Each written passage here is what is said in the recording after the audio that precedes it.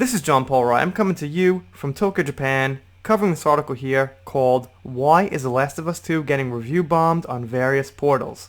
Why is The Last of Us 2 getting review bombed on various platforms including Metacritic?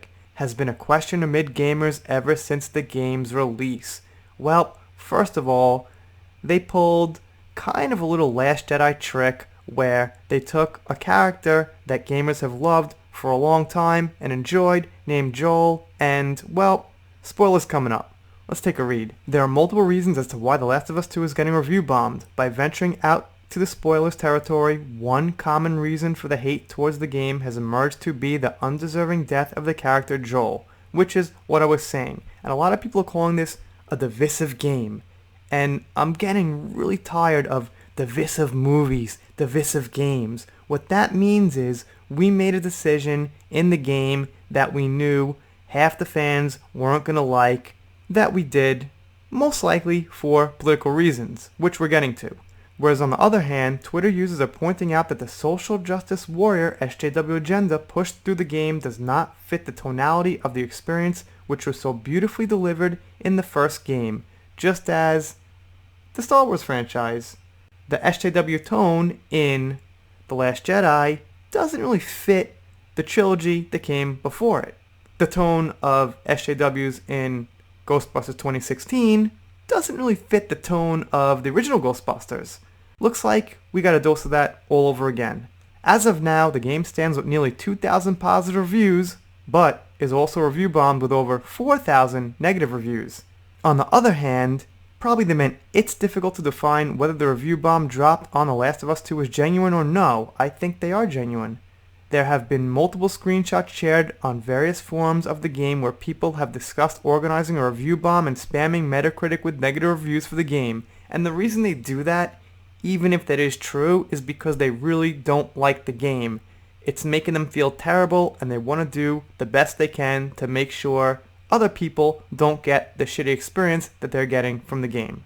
This isn't an unknown practice, as earlier films like Black Panther and Captain Marvel have experienced similar review bombs. Yeah, Captain Marvel got review bombs because Brie Larson said a few comments about white dudes, so every review bomb that Captain Marvel got, she deserved. Interestingly, The Last of Us 2 has a total gameplay runtime of 20 to 35 hours, but within 7.5 hours since the game release, the game started receiving major backlash by fans. This early backlash for the game can be justified to some degree as Joel's character dies in the third hour of the game itself. The Last of Us 2 has brought upon the classic critics versus fans narrative on various social media platforms where people from both the sides are putting forward their side about the controversial and divisive game.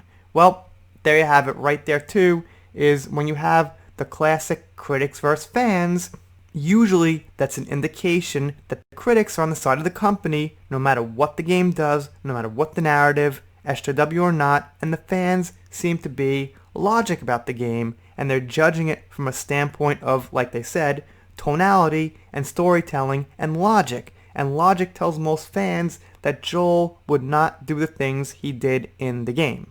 Therefore, they give it bad reviews. I think rightfully so. Take a look at some comments it's been getting. Abby looks like woman's face was grafted on man's body, and this is a common complaint is that Abby, one of the female characters, looks like really manly and husky and kick-ass, not quite feminine. Abby's disproportionate character physique looks like something I created when I was 12 playing WWE story mode. Okay. This game has a plot like The Last Jedi and an ending like Game of Thrones. That comment nailed it. That sounds disastrous. What a combination. Abby's just mad that all the doctors died before she could get her sex change surgery. Alright, going a little bit hardcore there. She has a gun and didn't shoot. Laughing my effing ass off, throw the whole game away. Trash game, GameStop is accepting returns if anyone wants to know. It runs like absolute piss on my Pro.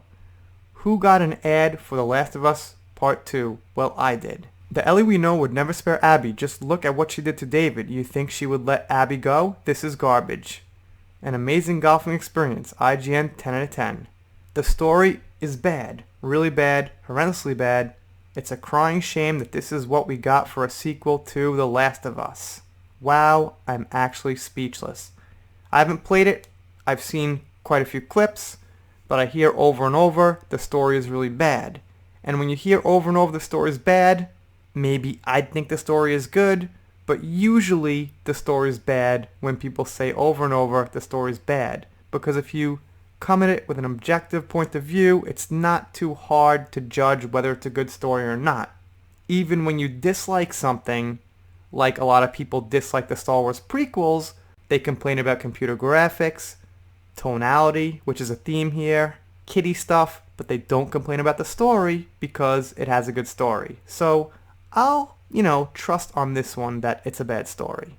Anyway, you guys let me know what you think down below. Doing shoutouts, special thanks, things like that, pop culture, depth first heard, some Japan vlogs. Consider subscribing. If you do, I'll be pretty happy. If you don't subscribe, I'll be pretty sad. But I'll get over it. See you next time.